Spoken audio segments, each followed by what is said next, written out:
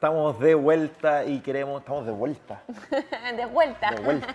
Estamos de vuelta aquí en TN contigo y queremos que nos escribas y nos sigas en nuestras redes sociales de Televisión Nacional Evangélica. Encuéntranos en TikTok, TN Televisión. Síguenos en Instagram, TN TV. Suscríbete a nuestro canal de YouTube, TN TV. Nuestro sitio web, www.tntv.cl, y escríbenos a nuestro WhatsApp al +569 97 86 22 33. También nos puedes llamar a nuestro teléfono al 22 671 37 80 y suscríbete a nuestra página de Facebook, a nuestro fanpage. Dale me gusta, dale like, TN TV, para que puedas seguir la transmisión en vivo del matinal y también de muchas otras programaciones.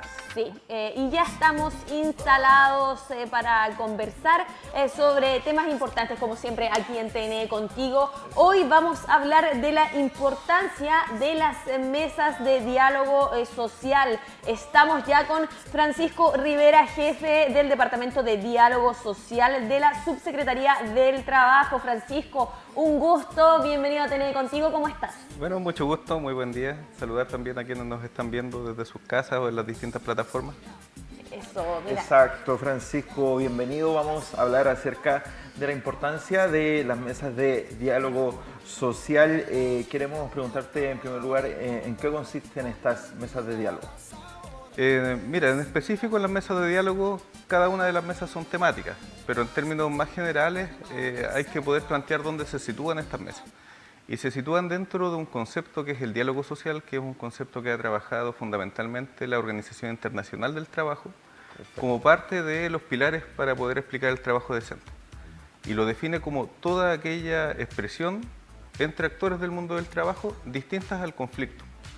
Entonces nosotros lo que hacemos desde el Departamento de Diálogo Social de la Subsecretaría del Trabajo es generar un concurso público para que distintas organizaciones puedan postular y puedan emprender mesas de diálogo en distintos niveles, a nivel de empresa o a niveles superiores a la empresa. En este caso en particular, lo que está haciendo la Central Autónoma de Trabajadores con Global Bus es estar en los niveles más altos del diálogo, ¿cierto? Que podríamos decir es un nivel de confederación. Entonces, la importancia que tiene el diálogo social es múltiple y es bien diversa y diversificada. La primera de ellas es poder, reunir a los actores en un marco de conversación. Ahí podemos ir después profundizando cuáles son esos tópicos de la conversación. Perfecto. Sí, bueno, estos mesas de diálogo social me imagino que también contribuyen a que se den conversaciones importantes tanto para trabajadores, empresarios y también para el gobierno en temáticas que están muy vigentes hoy día. Hay un cambio tecnológico importante, también se habla de la revolución 4.0 que están dándose en la industria y también en particular en el sector del comercio y del transporte. Las mesas de diálogo hablan sobre eso, conversan sobre eso. ¿Cuál es la importancia que usted ve para tratar estos temas que van a impactar la sociedad ahora y también de los próximos años? Bueno, siempre cuando hay cambios disruptivos es bueno intentar procesarlos con los actores, ¿cierto? Es poder conversar. Las mesas de diálogo tienen a su vez distintas dimensiones. Se concibe el diálogo social en su nivel más básico como el simple traspaso de información. O sea, eso nosotros podríamos decir, aquí ya hay un primer paso para empezar a conversar. Luego se establecen los niveles de consulta, ¿cierto? Que son niveles más avanzados. Y por último, el nivel de negociación. El caso de estas mesas de diálogo que van a transporte y a comercio están en el nivel más alto, digamos. Están en el nivel de negociación y lo que buscan es poder acordar con trabajadores, con empleadores y con representantes del gobierno, del Estado, ¿cierto? Algunos mecanismos para poder asegurar la calidad del empleo cuando hay procesos de disrupción tecnológica, como es lo que se ha definido como la revolución tecnológica 4.0, digamos, que afecta principalmente las labores industriales, pero que paulatinamente fue desplazándose hacia los sectores de servicio muy rápidamente. Entonces, cuando uno habla de la revolución tecnológica, tiende a ponerlo como en el concepto del futuro del trabajo, pero es presente del trabajo. O sea, son transformaciones que están ocurriendo actualmente y que deben ser procesadas con las organizaciones de trabajadores, que deben ser procesadas también con las organizaciones de empleadores, ¿cierto? Y nuestro rol como Estado es poder generar esa articulación, favorecerla y poder llegar a acuerdos que permitan, bueno, garantizar el trabajo decente, la calidad del empleo, ¿cierto? Y generar una relación de confianza entre los actores del mundo del trabajo. Perfecto. Bueno, ya nos has mencionado que la temática, por así decirlo, central de estas mesas de diálogo es la revolución tecnológica 4.0. En estas mesas, ¿cuán importante es la presencia de los sindicatos y de las organizaciones de trabajadores como la CAT, como la Central Autónoma de Trabajadores? Coméntanos acerca de la importancia que ellos tienen. Es fundamental. En el rol que...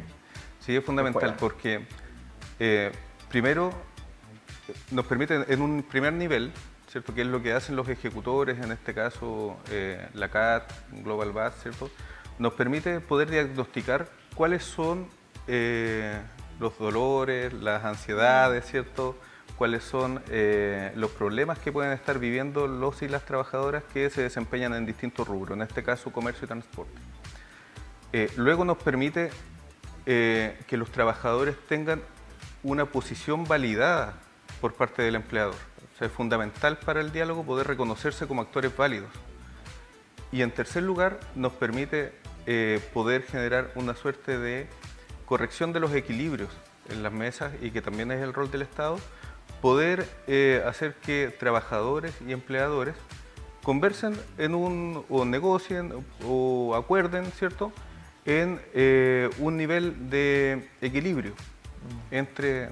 Entonces, para nosotros es fundamental el rol de los trabajadores y las trabajadoras, porque lo que hacen es, bueno, fundamentalmente poder dar esa mirada desde la productividad, desde la producción y desde la organización. Entonces, hay un doble movimiento que es muy virtuoso. Ellos se reúnen con los empleadores, con los organismos del Estado que son pertinentes para poder abordar los temas, en este caso de la Revolución 4.0, y también hacia la organización se da mayor certeza respecto de cuáles son las transformaciones que se van a ir generando, ¿cierto? Y cuál es la gradualidad de esas transformaciones. Perfecto. Francisco, ¿cómo se materializan finalmente las conclusiones y el trabajo de las mesas de diálogo? Bueno, el desarrollo se materializa a través de seminarios, a través de capacitaciones, a través de reuniones, que son propiamente el desarrollo de las mesas, y esto después lleva un acta de acuerdos. En el acta van los acuerdos que están vinculados con los puntos que se discutieron, y también van los puntos en los cuales no hubo acuerdo, no hubo consenso, ¿cierto? Porque también es importante poder decir, mira, nosotros logramos avanzar en esto, pero nos quedan estos temas pendientes, ¿cierto? La idea es que las mesas de diálogo vayan escalando y vayan también generando frutos que permitan hacer seguimiento a las trayectorias de esos acuerdos, que es algo que es muy importante para nosotros. Muchas veces los actores dicen, bueno, de nuevo me invitan a conversar a un espacio que no necesariamente genera incidencia, ¿cierto? Y cuyos acuerdos después no se implementan. Bueno, para nosotros es muy importante poder hacer seguimiento a la implementación de esos acuerdos. Francisco, tú como jefe del Departamento de Diálogo Social de la Subsecretaría del Trabajo, coméntanos acerca de estos acuerdos en concreto que han destinado para corto, mediano y largo plazo. Bien. Mira, nosotros hicimos un análisis de cómo ha funcionado este programa desde el año 2018 al año 2022. Entonces tomamos los últimos 5 años y los analizamos en función de cuáles eran los temas que más aparecían en las actas de finalización de los proyectos. Perfecto. De las mesas. Y ahí, bueno, el concepto que más se repite es el de diálogo social. O sea, la importancia de seguir conversando, de seguir reuniéndose, de seguir teniendo estos espacios. Pero luego vienen los temas de capacitación, que son muy importantes. Nosotros también dentro del Departamento de Diálogo Social tenemos una línea de formación sindical, que son las escuelas de formación sindical que tienen distintos niveles y que lo que hacen finalmente es poder contribuir a contrabalancear técnicamente, ¿cierto?, a la relación entre empleadores y trabajadores. Pero también aparecieron los temas de seguridad y salud en el trabajo, que son muy relevantes, sobre todo en este periodo, porque estamos en proceso de reformulación de la política nacional de seguridad y salud en el trabajo. Los temas de capacitación, los temas de salud y seguridad en el trabajo, los temas de derechos laborales, de fiscalización particularmente, también son temas muy importantes. Y también las mesas de diálogo tienen una expresión coyuntural. Por ejemplo, entre el año 2018 y 2020, uno de los principales temas fue la migración, asociada a poder capacitar a la población migrante en sus derechos laborales, a poder fiscalizar cuáles son los tipos de trabajo que están desarrollando, pero también a poder integrarlos a la cultura nacional, por así decirlo, a poder generar una articulación sociocultural también con esa población, no solamente una integración en términos del trabajo, sino que también en términos sociales. ¿Cómo se constituyen estas mesas de diálogo? ¿Quiénes participan en ellas? Me imagino que hay personas que nos pueden estar viendo que quizás pueden estar interesadas en estos temas, entonces, ¿cómo saber un poco más sobre estas mesas de diálogo? Bueno, las mesas de diálogo que nosotros conducimos desde el Departamento de Diálogo Social son tripartitas, es decir, hay representantes de empleadores, de trabajadores y del Estado, o de los gobiernos en general se traduce, ¿cierto? Pero es del Estado.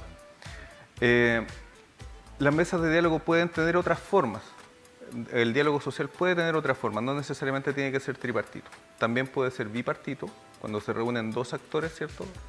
A diferencia de tres, que podría ser los trabajadores con los empleadores, o los trabajadores con el gobierno, o el gobierno con los empresarios. O sea, se podrían generar todos esos tipos de mesas. Y también podrían haber mesas multiactores, que es cuando están los actores del tripartismo, que son estos empresarios, trabajadores, el Estado, pero además llegan otros actores de la sociedad civil y que tienen vinculación con el problema que está analizando la mesa.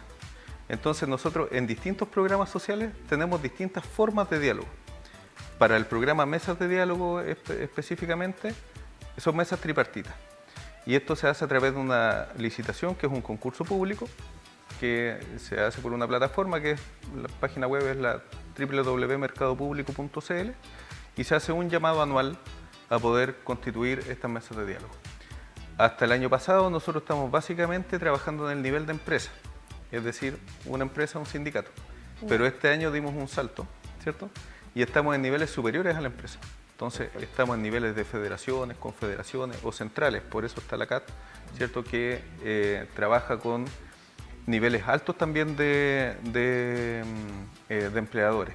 Está la CPC, por ejemplo, en una de las mesas que tiene la CAT. Perfecto. ¿Ese es un trabajo anual que se hace en las diferentes mesas de diálogo?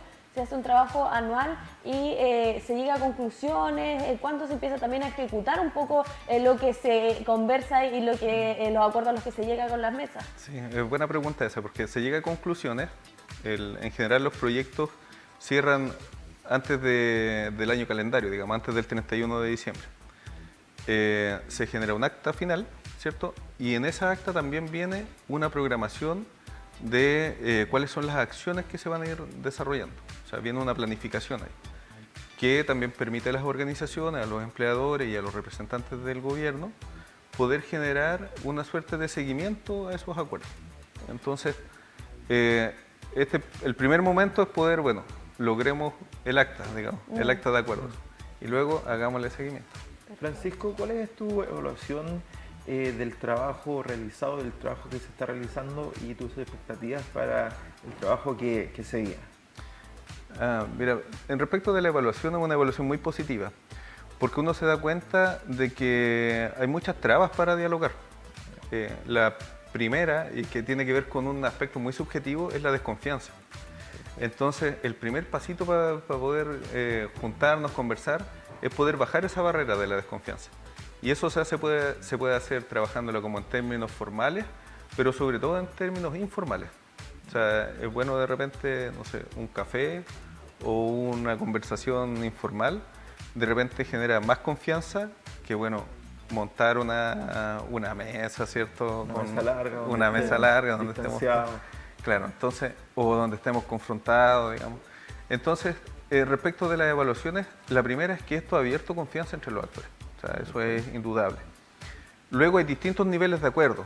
O sea, hay muchas mesas que dicen, mira, nosotros vamos a seguir, nuestra conclusión es que vamos a seguir conversando.